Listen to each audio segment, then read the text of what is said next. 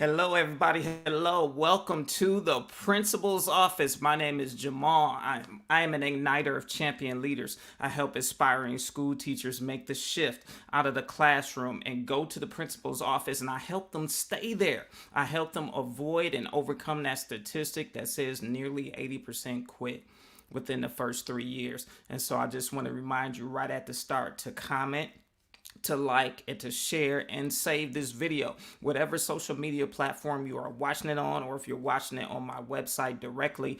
I want to invite you to leave comments, like, and share. Let me know this content is really helping you, and share it with someone else so that they can be helped as well. All right, so this is the principal's office, and this week we are talking about leading with grace and boundaries. It is so essential as a leader for us to lead with grace while establishing boundaries, because part of the problem is this: some programs that we bring into the schools are too soft while others are too hard. And what I mean by that is we may get engaged in a classroom management, a behavior management, or a school-wide program to build culture, but sometimes it's either how to code. I was in one training that will remain nameless, and one of the things they did was they had us make social contracts with students and begin the creation of that social contract by asking students how they wanted to be treated. Now, that was good in a sense, because we wanted to know how the students felt about how they were being treated. So having that conversation was a great starting point to expectations to help students know that they will be treated fairly. But here was the problem in that methodology of that training. So you had that conversation. You wrote it down on a big sheet of sticky paper. Everybody signed their name, all the students as well as the teacher. The problem is this: when trying to enforce it in certain environments, and the environment I was in was a urban environment that needed a high degree of structure, they didn't care about the social contract when it came to enforce it. They loved the conversation, but they did not want to, when you were trying to enforce it and would say, remember the social contract, they didn't care. And because it meant nothing to them in that moment. Then I was a part of another training that had a high degree of structure, that taught expectations, but really didn't deal with the heart of the student and how the students felt and wanted to be treated. So here's what I say about that. So each of those trainings, a training or a program that's too soft or too hard, both are damaging to the school's culture. They can have a negative impact on students and adults. So you want to make sure that you have a program that's well balanced. Okay, and what I mean by well balanced is one that has a mixture of grace as well as teaching the expectations. So let's define grace real quick. Now, grace is showing compassion and kindness to someone simply because of who they are, and it is not based upon behavior. You hear the term grace a lot in faith-based settings when they're talking about God and their relationship with God, but it's the same concept when you're talking about students and their relationship with you, as well as the other adults in the building that you lead and their relationship with you. It's about being compassionate and demonstrating kindness just because of who they are, not for what they can do or will do. It is not performance based. Okay. Now, expectations, we know what expectations are. Expectations establish boundary. They let students and adults know what behaviors are acceptable in the environment, what behaviors are a part of this culture that we're building and creating and maintaining. Now, expectations provide consistency, a sense of safety, and a sense of security. Because when students and adults know what to expect in the building, it gives them a sense of security, because things are, I don't want to say predictable, but things seem to have have a sense of stability to them, where they know, okay, every day this happens at this time, this happens at that time. Now, I'm not saying you shouldn't be spontaneous and fun, because your school should do that. You should have a spontaneous committee or a team of people that help you plan spontaneous things to disrupt the norm. But you have to have expectations so that people feel secure and safe. Something that seems unstable will cause students, as well as the teachers and the other people on your team that you are leading, to not to feel safe or secure. That's part of the problem with the pandemic. Things were changing daily, and so a lot of people didn't feel secure. Now, here's the thing about leading with boundaries. The problem is not that. One of the problems that I've seen is that it's extremely easy to be so focused on enforcing expectations that we forget about grace, because we want order. We don't want the kids to be out of control. They have to be in an orderly fashion all the time. And that can seem very militaristic. Well, I can't pronounce that word. It can seem very almost like the military, rigid, dry, without compassion, because we want order. Do what I say. You're supposed to do it this way. You got to walk in a straight line in the hallway. If you're not in a straight line, you don't get recess, you don't get detention. Or in high school, if you're, even though it's class change, if you're too loud, there's a problem. Well, that's not reality. That is not reality. And that's the problem, is people can lean that way and they want to be that hard teacher that's known for being tough. Now, here's the other thing. There's a difference between being highly structured and just plain mean. Being tough and not tolerating foolishness does not mean you have to be mean, okay? And I wanted to point that out, because some adults in the building would want to be that tough teacher. Yeah, I don't take no stuff, but that doesn't mean that you are not compassionate, okay? There's a difference. You don't have to take any stuff, but you should be compassionate. Now, here's the definition about boundaries. And another problem that I've seen. Another problem is that we can be so focused on grace that we don't provide an adequate result or a consequence for unwanted behavior.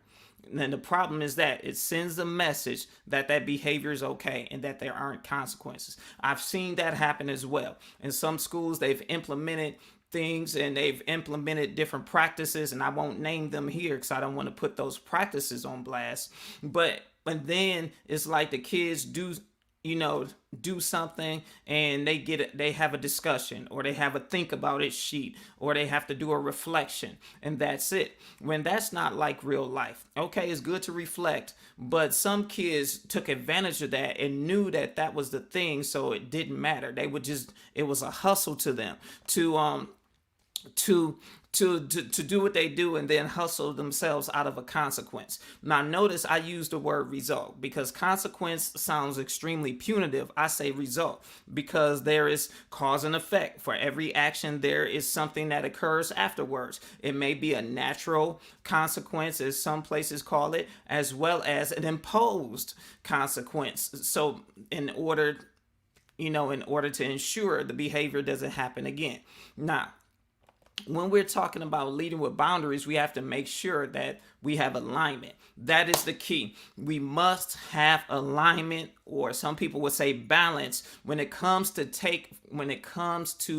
dealing with student behavior as well as adult behavior as a leader. This alignment comes from taking every incident on a case-by-case basis. You have to have expectations. You got to teach, you got to model, you got to remind, you got to encourage, you got to reward, but then you also have to take them on a case-by-case basis. Now, here's the thing, because I remember being in a district where one of the board members wanted our discipline plan to say, if a kid did this, then this would happen. If a teacher did this, then that would happen. While that's fine on paper, however, it doesn't work in reality, because behavior is an art as well as a science. And so what happens is you can have a framework. And here's what I suggest. You sincerely create a framework of expectations. Here's what we expect. And you may create a framework of potential results along with adequate supports for the behavior that's needed. But you have to make sure that those supports are tiered with natural as well as imposed results, and the support and the result that is given should be based on the overall needs of the student, period. Which sends a message that negative behavior is not okay. And it also sends the message that we're not trying to punish, we're trying to help you correct. There's a difference between punishing and correcting behavior. When we correct behavior, we want to give you the support. We want to teach you to make sure you don't do it again, but we also want to let you know that there are real life consequences for this kind of thing if it were to occur somewhere else, because we're teaching people and we're protecting students from making bad decisions when they're not around us. If it's surely about avoiding punishment, they'll make the good decision around you because they don't want a suspension or something like that. But the whole point is to teach and to help them develop and help them grow and make and teach them how to make good decisions so that they'll make good decisions when no adult is around. That's the key. Okay. And so you want to make sure you do that and have that tiered support. So that's it for this week. Now join me tonight on Clubhouse in approximately 25 minutes so we can continue this discussion, because one of the things that I didn't get to today during this tip was the use of suspensions, because a lot of times a lot of leaders, they overuse suspensions. They do the same thing. They overuse a suspension because they feel like they can't tolerate this behavior in the school and they want to send a message. And then some underuse suspensions because you have to report it to the state, and if your suspensions are low, it makes you look good, and both of those are not good. You have to know when a student's behavior has to be separated from the class or from the building in order to give the other learners opportunity to not have that influence and to have uninterrupted instruction. And you have to know when a suspension doesn't work, because the student's home life may be a reward for them to be sent home. Okay, but so take that in mind. Now, if you need assistance with how to lead with grace, how to lead compassionately while building your culture and teaching your expectations and enforcing them and having that appropriate balance, reach out to me. There's a link on the bottom of the screen, jamalmaxim.org/strategy session. There's a link, and I want you to click the link and get a one-on-one session with me. I help you design or even edit your current process you have in place so that it's balanced and it helps build your culture and not have a negative effect. All right, so that's it for this week's tip, this week's edition of the Principal's Office. Remember to join me on Clubhouse in about 25 or so minutes so we can continue this discussion. Remember to comment, to like, to share this video, and join me in the discussion so I can hear what you're doing. If you can't join me on Clubhouse, put in the comments what you're doing and how you're balancing grace along with the boundaries and leading from that balanced or aligned place in your leadership where you're showing care, but you also have those real and tangible boundaries. All right. That's it. I'll see you next time. I want you to be successful and remember to lead like a champion. Bye-bye.